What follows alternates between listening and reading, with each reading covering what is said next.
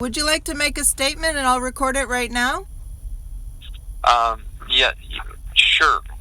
Okay, 543. Or if you give me 1 second. Okay. My mom's actually right here. Whenever you're ready. David, do you want to make a statement? Hello, this is Donna Nickerson. How are you doing? I'm well, and we're all praying for you, Mrs. Nickerson. Thank you so much. We need prayer and we need phone calls, and just I think that's our biggest thing right now. I'm not sure if you're fully what y'all know. I did get a message from your husband late last night. It was too late to reach back, but what a precious message. Thank y'all. No problem. That's what we do. I think people are really looking into your case now and learning a lot more about it. Okay. Is there anything Perfect. you want us to know about it specifically? Like the timeline or anything like that? Well, we've been fighting this thing for years. Right now, what has happened is they came in and they hostily took over the property yesterday. They literally have removed all of our belongings from the property. They didn't leave a toothbrush. They won't allow us to go in. They did this with armed guards. They had snipers. They had, in the bushes, guns drawn. Whole bunch of cars, police cars blocking the road. I've heard 6 were in a road. They're keeping us from going into the road.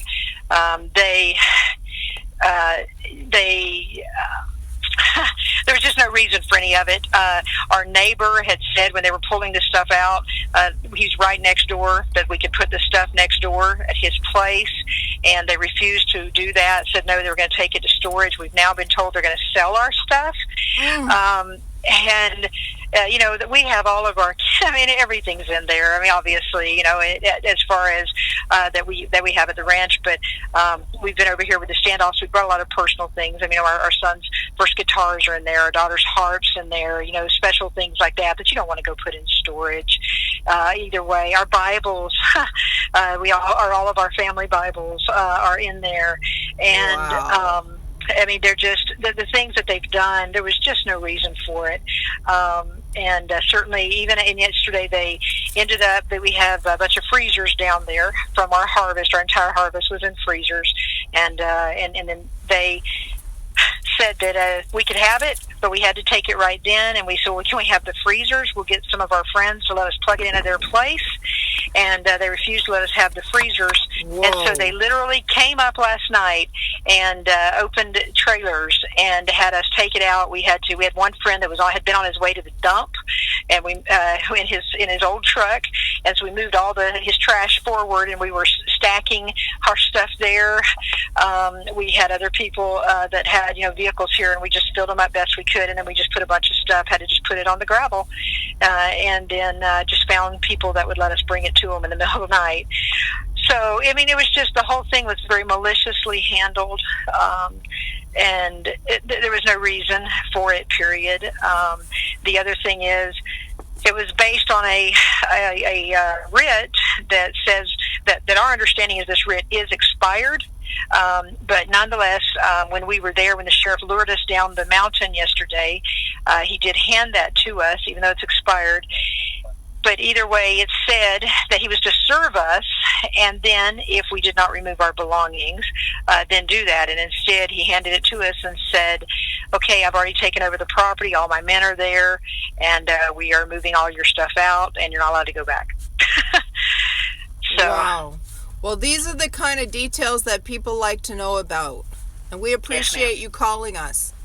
Thank you. Thank you. Well, please ask people to call the governor's office, the sheriff's office, and there's no due process has taken place in this. The Constitution says there's over $20, of an issue, then there's supposed to be a jury trial, and they took our trial away, did a summary judgment.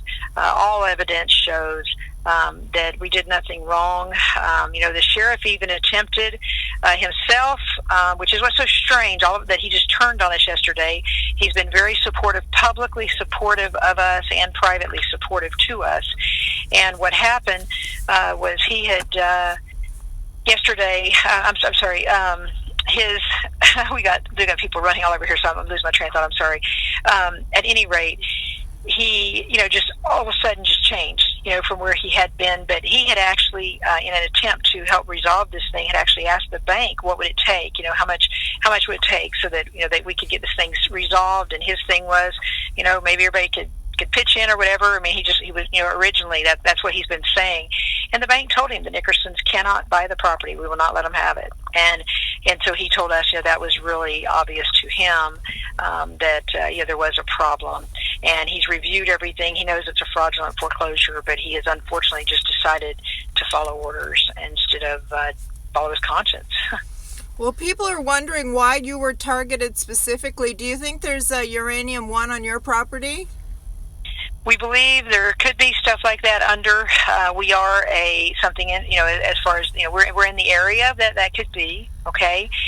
Something significant about our property is it is surrounded by tribal territory. Our 50 acres that sits there is not tribe, land, reservation. And so that may certainly be something that is driving somebody. So obviously power and greed are often there, but the only reason that we have ever actually been told was the executive officers of J.P. Morgan Chase told us they hated us and people like us and were going to throw us and our kids out on the street. And when we asked them why they hated us, they said it was because we were Christians. And so, we know that there is a religious persecution element to this. That's, for us, that's the primary because that's what they've told us. But nonetheless, we're certain, there's some, there's corruption usually follows power and greed. And, so we don't know, beyond that. The love of money is the root of all evil. And we certainly appreciate you calling us, and we totally understand where you're coming from. Thank you, and we'll keep praying for you. Is your husband okay? He is. He made it in. He's obviously the whole family's pretty upset and pretty stressed and tired at the moment. They actually left here at 12:30 this morning. Is when they came through, and with quite the drama. They had 5 moving trucks in a row. We've got pictures and video that we're going to put up on our website. That they came out real slow, with their police. A policeman faced off with us, and took his car and faced at us like he was going to ram us. If anybody moved or anything, kind of look. And then they drove real slow up this bench, and this long convoy with all of our stuff. And then they left, and we're really struggling because obviously they got the jump on us. If we could have been in the property, we had a little bit different of a scenario and maybe an opportunity to stand our ground in a different way. And so anyway, just like I said, we are tired physically at the moment, but more resolved than we've been this whole battle. This started shortly after Obama went into office. We got a call from Chase. They said sign over the ranch or they were going to take everything we owned, is how this whole thing started. And so anyway, at this point, after what they did to our family yesterday, we are we're in for the long haul in the battle. They can't do this to people, not in America. It is just amazing. They were using axes, cutting in our doors. Wow. We had a family member that was in the house, 4 men armed with assault rifles. Wow. Broke the window, came in. When we were here yesterday and they brought our frozen goods to us, a man stood there with an armed assault rifle right where we were having to go to the back of the truck. And I asked, sir, could you just maybe back up maybe 10 feet or so all the kids, this is obviously uncomfortable. None of us are armed, and surely your gun, it can shoot another 10 feet. And they refused. They kept him in a very defensive, place. And so, I've never even had a speeding ticket. Right. Why am I having to have an armed guard tell me that I can get my berries or my apple sauce that I've canned while I'm trying to pick it up to put it in another vehicle? And so anyway. Yep. These are the details that are important to the people to hear to make it, more, Christians really need to stick together and stop fighting over doctrine and other ridiculous things and focus on the real culprit of all this evil. Yes, ma'am. Here's the real fact. If they don't, it'll be them next. Yeah. Yeah. My husband and I, our family, we did nothing wrong. And if we did nothing wrong, and in America we can be treated like this, Yeah. There is not a home and there is not a Christian that is safe in this country anymore. You're right. We reached out. We've extended the long arm of friendship amazingly to this sheriff. We've made it very clear, if he kicked in the door, everything would change. Obviously, then that's a whole different ball game. But we've asked him, talk to us, communicate with us. We've stayed in close contact. He's given us his word he would do that. And we've met his sheriff's deputies. We've told them our story.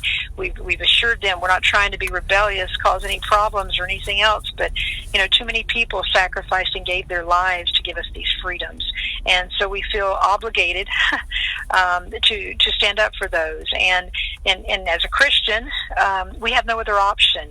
When you say to us, if you'll quit praying and trying to stir revival and stuff like that, then we'll leave you alone. Otherwise, we're going to steal your ranch. Then, wow, what option do you have? You just don't. And so that's what I guess we would really want to get the word out to people is please, our whole thing at our website is www.ithappenedus.com. And our whole thing is, look, it happened to us. And if it can happen to us, it can happen to you. And so it is time for people to stand while we can. Amen. So, well, we really appreciate your time today. Thank you very, very much. And yes, ma'am. We'll continue to get the noise, and we'll shine light and make noise and get the word out for you as best we can. Okay, thank you very much. I appreciate it. Okay, Donna, God bless you and your family. God bless you too. Thank y'all for praying. Okay, Bye-bye. bye. Well, there you have it. If it can happen to them, it can happen to us. And this is obviously religious persecution, and who knows what's under that land. It could be uranium one. I saw the local news report on their web, on the internet, and I noticed how they painted the Bundys, and I noticed how they painted the Hammonds. And they didn't say in the report the truth, as usual. Mainstream media is the biggest domestic terrorist in the country.